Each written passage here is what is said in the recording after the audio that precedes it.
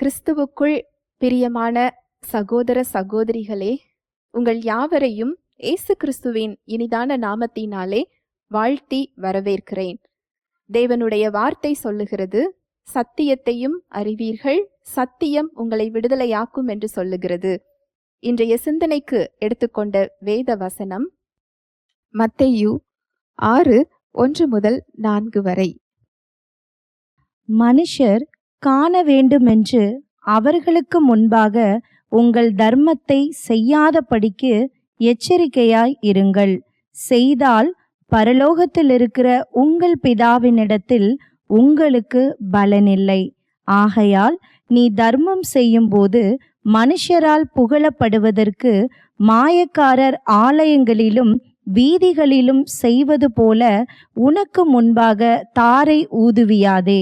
அவர்கள் தங்கள் பலனை அடைந்து தீர்ந்ததென்று மெய்யாகவே உங்களுக்கு சொல்லுகிறேன்.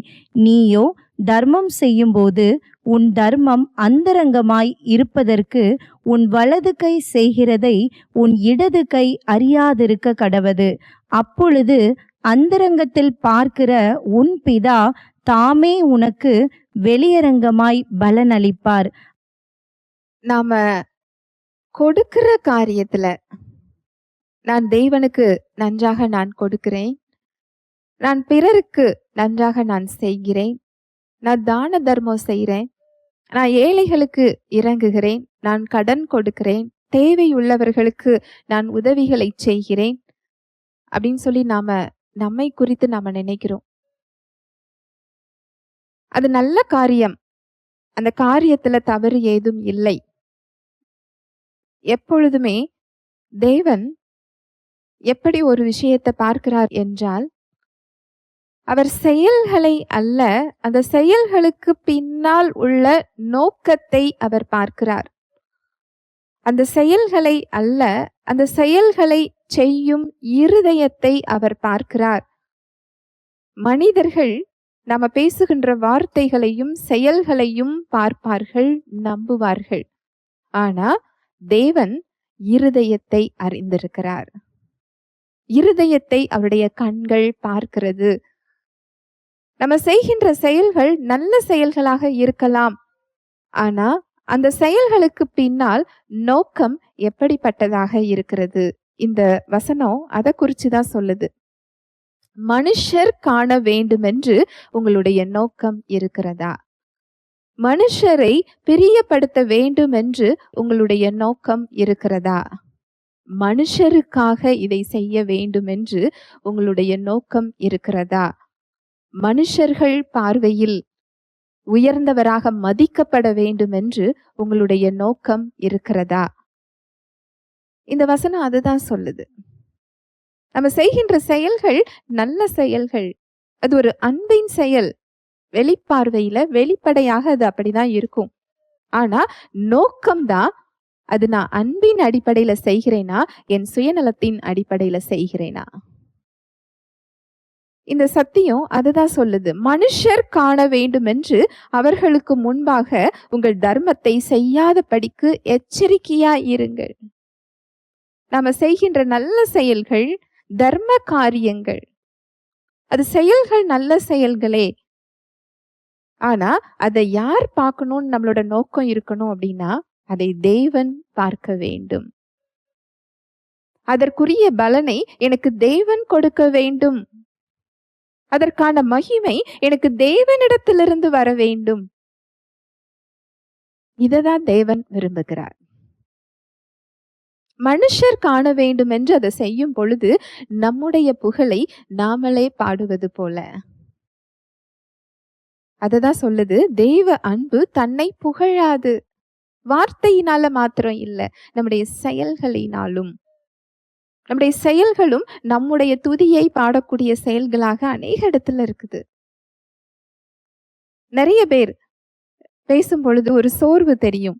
நான் இவ்வளவு காரியங்கள், நல்ல காரியங்கள் தானே செஞ்சிருக்கிறேன், எனக்கு ஏன் இதுல ஒரு விடுதலை இல்லை? அந்த செயல்களுக்கு பின்னால் உங்களுடைய நோக்கம் என்னவாக இருக்கிறது? நம்ம நம்பிக்கை செயல்கள்ல இருக்குதா, அவரிடத்தில் இருக்கிறதா? நமக்கு மகிமை மனுஷரிடத்திலிருந்து வரணும்னு நம்ம நினைக்கிறோமா, தேவனிடத்திலிருந்து வரணும்னு நினைக்கிறோமா? மனுஷர் காண வேண்டுமென்று அவர்களுக்கு முன்பாக உங்கள் தர்மத்தை செய்யாதபடிக்கு எச்சரிக்கையாய் இருங்கள். செய்தால் பரலோகத்தில் இருக்கிற உங்கள் பிதாவினிடத்தில் உங்களுக்கு பலன் இல்லை. மனுஷருக்காக செய்யும் போது அந்த பலன் மனுஷரிடத்திலிருந்து நமக்கு வரலாம், ஆனா அது பிதாவினிடத்திலிருந்து நம்மளால பெற முடியாது. மனுஷரிடத்திலிருந்து நாம பெறக்கூடிய தயவும் மகிமையும் பிதாவினிடத்திலிருந்து நமக்கு கிடைக்கக்கூடிய தயவுக்கும் மகிமைக்கும் ஒப்பானவைகள் அல்ல. பூமிக்கும் வானத்துக்கும் எவ்வளோ வித்தியாசம் இருக்கிறதோ, உயரம் இருக்கிறதோ, அந்த அளவுக்கு அதில் வித்தியாசம் இருக்கிறது. ஆகையால் நீ தர்மம் செய்யும் போது மனுஷரால் புகழப்படுவதற்கு மாயக்காரர் ஆலயங்களிலும் வீதிகளிலும் செய்வது போல உனக்கு முன்பாக தாரை ஊதுவியாதே. இது யூதர்களுடைய வழக்கத்தை சொல்லுது. அவங்க ஜெபிக்கும் போது, அவங்க கொடுக்கும் போதெல்லாம் தாரை அந்த சத்தத்தெல்லாம் ஊதி அவங்க செய்வாங்களாம், தெருக்கல்ல நின்று. அதை இன்னொரு வகையில நம்முடைய பழக்கத்துல நம்ம சொல்லணும்னா, நம்ம செஞ்சுட்டு அதை சொல்லுவோம் இல்லையா? பிறர் காண நம்ம செய்வோம் இல்லையா? அது அநேகரிடத்துல நம்ம செஞ்ச பொருள் குறைவா இருக்கலாம், காரியம் சிறிதா இருக்கலாம், ஆனா அது சொல்லுகின்ற நபர்கள் அதிகமான பேட்டு அதை நம்ம சொல்லுவோம் இல்லையா? அதுதான் இங்க சொல்லப்பட்டிருக்கு. நீ வீதிகளில் செய்வது போல உனக்கு முன்பாக தாரை ஊதுவியாதே.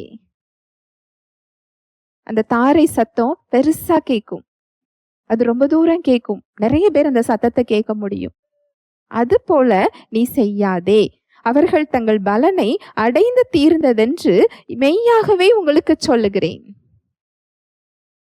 அப்படி அநேகர் முன்பாக, அநேகர் மூலமாக நமக்கு அந்த மகிமையும் அவங்க ஏற்றுக்கொள்ளுதலும், அவங்க நம்மை புகழுவதும், அவர்களிடம் நமக்கு ஒரு நல்ல பெயர் கிடைக்க வேண்டும், மரியாதை கிடைக்க வேண்டும், அவங்க ஏற்றுக்கொள்ளணும் அப்படிங்கிற நோக்கத்துக்காக செய்யும் போது அது நமக்கு கிடைக்கலாம். மனிதர்களிடத்திலிருந்து அந்த மகிமை நமக்கு கிடைக்கலாம், அந்த புகழ் நமக்கு கிடைக்கலாம். அது இங்கேயே அடைந்து தீர்ந்தது அப்படின்னு சொல்றார். பரலோகத்திலிருந்து பிதாவினிடத்திலிருந்து அதை நம்மால் பெற முடியாது. அதுதான் இந்த வசனம் சொல்லுது. அவர்கள் தங்கள் பலனை அடைந்து தீர்ந்ததென்று மெய்யாகவே உங்களுக்கு சொல்லுகிறேன்.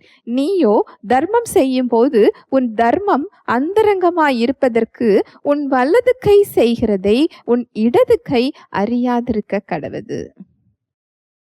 வலது கை கொடுக்கறத இடது கை என்ன செய்யக்கூடாதா? தெரியக்கூடாது. அது எப்படி வலது கை கொடுக்கறத இடது கை எப்படி தெரியாம இருக்கும்? இதோட அர்த்தம் என்ன அப்படின்னா, யாருக்கும் தெரியாமல், பிறர் காணாமல், பிறர் அறியாமல் அவர் கொடுக்க சொல்லுகிறார்.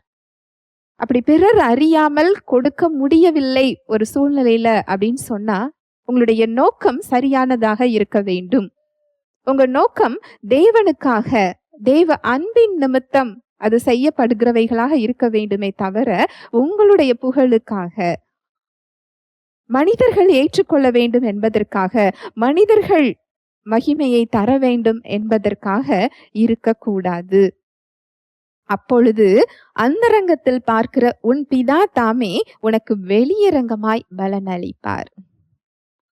நம்ம இருதயத்தை அறிந்திருக்கிற பிதா, நம்ம இருதயத்தை தெரிந்து வைத்திருக்கின்ற பிதா எல்லோர் கண்களுக்கும் முன்பதாக அதை வெளியரங்கமா அந்த பலனை நமக்கு கொடுப்பாராம்.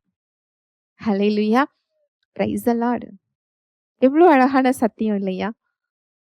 எதனால அவர் மனிதர்கள் முன்பாக, மனிதர்களுக்காக, மனிதர்கள் கிட்ட மகிமையை நீ தேடாத அப்படின்னு அவர் சொல்றாரு அப்படின்னு சொன்னா, அந்த மகிமையை அவர் தர விரும்புகிறார். அந்த பலனை அவர் நமக்கு தர விரும்புகிறார். உன் உதடுகள் அல்ல, புறத்தியானே உன்னை புகழட்டும். பிதா நமக்கு வெளியரங்கமாய் பதில் கொடுக்கும் பொழுது நம்மோடு கூட கர்த்தர் இருக்கிறதை அவர்கள் அறிந்து கொள்ளுவார்கள். அதுல நம்முடைய மகிமை அங்க வெளிப்படாது, பிதாவின் மகிமை அதில் வெளிப்படும். அதை தேவன் விரும்புகிறார். ஹல்லேலூயா, பிரைஸ் தி லார்ட். பரிசுத்த ஆவியானவர் தாமே தேவ வார்த்தையோடு கூட உங்கள் யாவரோடும் இடைப்பட்டார் என்பதை விசுவாசிக்கிறேன். தேவ வார்த்தையில் சொல்லப்பட்ட சத்தியத்தின்படி சிந்திக்க, செயல்பட இன்று நாம் தீர்மானம் எடுப்போம். தேவனுடைய கிருபையும் சமாதானமும் உங்கள் அனைவரோடும் கூட என்றைக்கும் இருப்பதாக. ஆமேன்.